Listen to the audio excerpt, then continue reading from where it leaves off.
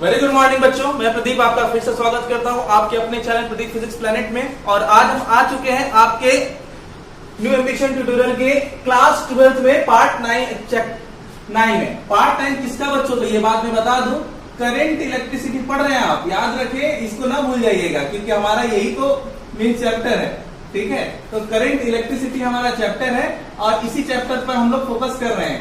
तो कल हम लोग कहां तक पढ़ चुके थे, पहले वापस से चलते हैं कहां तक हम लोग पढ़ चुके थे। तो हम लोग पढ़ चुके थे इलेक्ट्रिकल एनर्जी, याद आ रहा है आपको? इलेक्ट्रिकल एनर्जी मतलब कि वैद्युत ऊर्जा पढ़ चुके थे। तो अब हम इलेक्ट्रिकल एनर्जी में क्या पढ़े थे, थोड़ा सा हम छोटा सा रिकैप कर रहे हैं। जो लोग नहीं पढ़े हैं वो जाए फटाफट से वहां पे जाकर के वीडियो को देख लें। और हम लोग इलेक्ट्रिकल एनर्जी में पढ़े थे कि हमारी जो इलेक्ट्रिक करंट है जो एक सेक्शन से दूसरे सेक्शन तक पहुंचती है, उनको ले जाने के लिए ऊर्जा चाहिए होती है, या फिर वो जब चलते हैं तो वो एनर्जी को कंज्यूम करते हैं, खर्च करते हैं। तो वही एनर्जी को जो खर्च करते हैं उसको हम कल कैलकुलेट कर लिए थे। अब वो फॉर्मूला आपको याद होगा, हम लोगों ने जूल में निकाला था, फिर हमने उसको ट्रांसफॉर्म करके किसमें ले लिया था, कैलोरी में। तो आज हम लोग डिस्कस करने वाले हैं कि इलेक्ट्रिकल एनर्जी, जब हमें पता है इलेक्ट्रिकल एनर्जी क्या होती है, तो हम आज निकालेंगे power of energy. Okay, power of energy बच्चों, power of electric circuit, power of electric circuit. अब ये इलेक्ट्रिक सर्किट में क्या होता है पहले बात कर लेते हैं। इलेक्ट्रिक सर्किट या इलेक्ट्रिकल पावर भी कह सकते हैं इसको, आप इलेक्ट्रिकल पावर भी कह सकते हैं। इलेक्ट्रिकल पावर क्या होता है ये, आइए समझने का पहले प्रयास करें। ठीक है, हमारे वैद्युत परिपथों में मतलब इलेक्ट्रिकल सर्किट्स में पर सेकंड में जितना अमाउंट ऑफ एनर्जी कंज्यूम होती है उसको हम कहते हैं electrical power. Then what do you mean by the amount of energy consume into electrical circuit at a per unit time interval, this is called electrical power. Okay, तो एकांक समय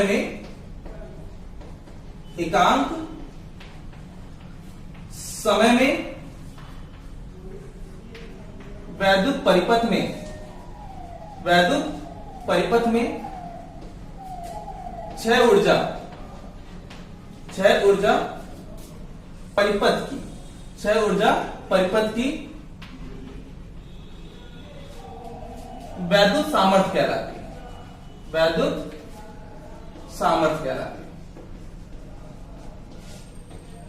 ठीक है, तो ये हो गया डेफिनेशन वैद्युत सामर्थ्य की। तो वैद्युत सामर्थ्य का फॉर्मूला क्या होगा बच्चों, P is equal to W/T। ठीक है ना, W/T बोलिए, या फिर अगर आप इसको लिखना चाहें तो आप इसको लिख सकते हैं, क्या इसको लिख सकते हैं, P is equal to E/T। बात क्लियर है? तो ये P का फॉर्मूला निकल गया, P is equal to E मतलब एनर्जी, T और या फिर W/T, ये तो बेसिक सा फॉर्मूला है आपके सामने। ठीक है, अब यहां से आप इसका यूनिट लिख सकते हैं। तो इसकी यूनिट क्या हो जाएगी बच्चों, इसकी यूनिट हो जाएगी वॉट। ये वॉट होती है इसकी यूनिट हमारी इलेक्ट्रिकल एनर्जी की। अब मैं बात यहां पे मैं कर देता हूं, इसका फॉर्मूला क्या होगा। इसका फॉर्मूला हो जाएगा बच्चों P is equal to W या E का फॉर्मूला बच्चों क्या था, V/T, याद आया? और नीचे क्या हो गया था, T।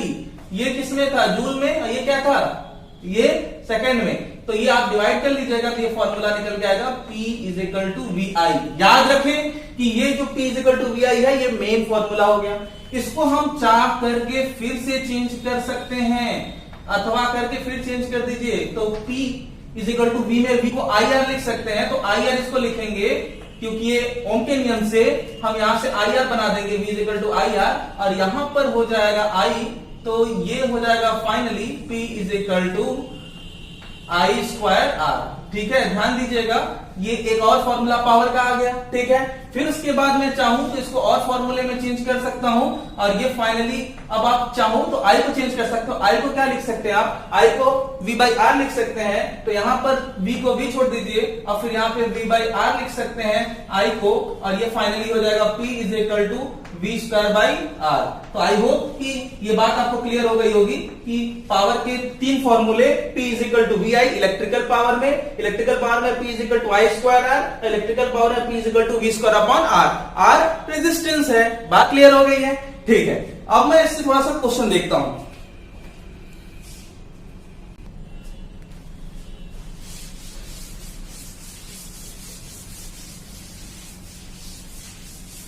तो मान लेते हैं कि किसी एग्जाम्पल है बच्चों, ध्यान दीजिएगा, किसी वैद्युत परिपथ में 100 ओम के प्रतिरोध के सिरों के मध्य 20 वोल्ट का विभवांतर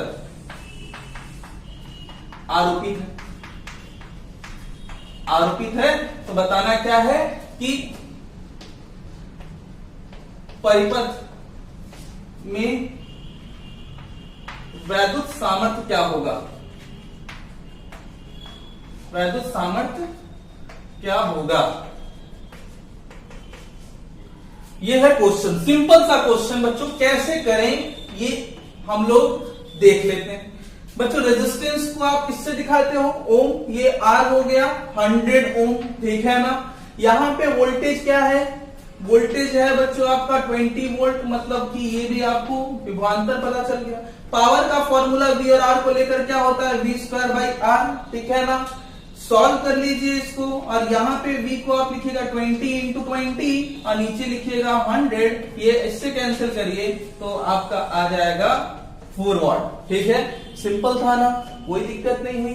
अब इसी तरीके से अगर हमें किसी वैद्युत परिपथ का विभवांतर पता हो और धारा पता हो तो हम V I वाले फॉर्मूले से निकाल लेंगे, क्लियर ना। अब मैं थोड़ा आगे चलूं और बात करूंगा कि परिपथ में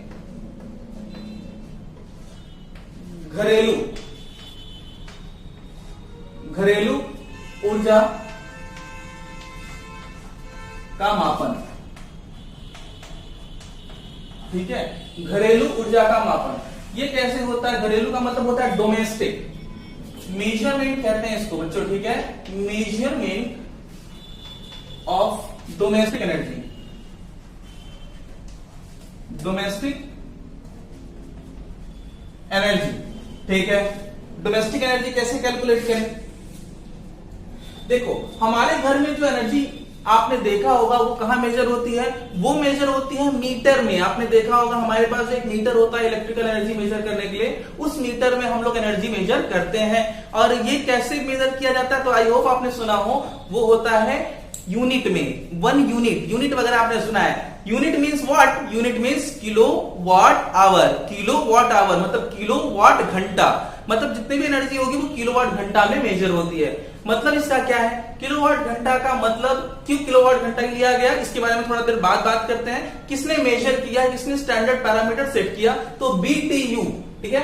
हमारे घरेलू परिपथों में, हमारे घरेलू परिपथों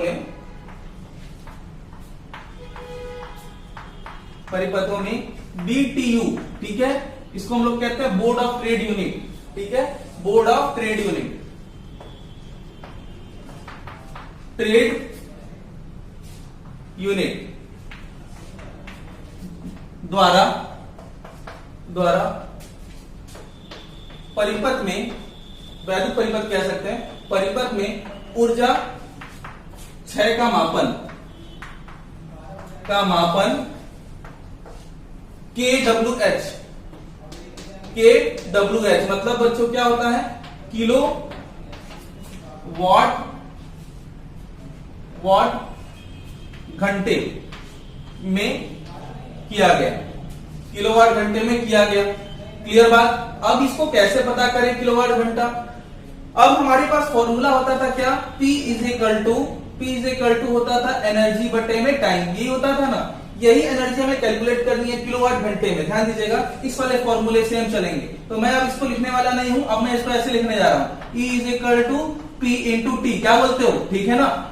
यहां से E is equal to P into T, P को किस में रखना है, किलोवाट में, तो किलोवाट अभी तो ये किसमें, वाट में, और टाइम को किसमें रखना है, घंटे में, ये किसमें अभी है, सेकंड में। तो कुछ नहीं करना है, ये वाट में है तो बच्चों इसको 100 से डिवाइड कर दीजिए, सॉरी 1000 से, तो ये 1000 से डिवाइड कर देंगे तो ये जो वाट है वो अब किसमें चला गया, किलोवाट में। और ये जो टाइम इंटरवल है आपका बच्चों, ये टाइम है आपका किसमें, सेकंड में, तो इसको आप आवर में लेंगे आगे से, ठीक है, इसको आप आगे से क्या लेंगे, आवर में लेंगे। तो ये फाइनली हो जाएगा के डब्ल्यू, किसके लिए, के डब्ल्यू इसके लिए, अपने बस 1000 डिवाइड किया और टाइम को आप सेकंड मत लीजिएगा, किसमें लीजिएगा, आवर में लीजिएगा।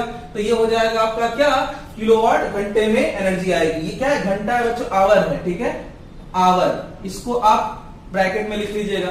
तो अब यहां से आप इसको रिप्रेजेंट कर सकते हैं। याद रखिएगा, इसके द्वारा बताया गया कि एक KWH को हम एक यूनिट कहेंगे और यूनिट ही हमारे घरेलू मात्रक कहलाएंगे। अब एक यूनिट का चार्ज हमारे घरों में चाहे जितना भी सेट हो, 10 रुपए, 8 रुपए, 6 रुपए, 50 रुपए, जो भी सेट होगा हम उस हिसाब से गवर्नमेंट को इसका पेमेंट कर देंगे। ठीक है, आपने देखा होगा 10 यूनिट का पेमेंट आ रहा है, 12 यूनिट का पेमेंट, आपसे अलग अलग रेंट या अलग अलग कॉस्टिंग ली जाती है इसके बदले में। ठीक, अब मैं देखना चाहता हूं कि अगर इससे रिलेटेड क्वेश्चन आए या फिर क्वेश्चन रहता तो हम कैसे करते हैं। एक बात मैं और बता दूं, आपका ये होमवर्क होगा कि एक KWH का मतलब क्या होता है। हालांकि मैं बताना तो चाह रहा हूं, लेकिन आप खोजेंगे तो ज्यादा अच्छा लगेगा मुझे। ठीक है, एक मैं बता दूं कि एक KWH की वैल्यू कितनी होती है। एक KWH की वैल्यू मैं बता देता हूं। KW का होता है 1000 बच्चों और आवर का होता है 36 और 3600 सेकेंड। तो फाइनली बच्चों ये हो जाएगा 3.6 इंटू 10 टू द पावर 6, ठीक है, जूल।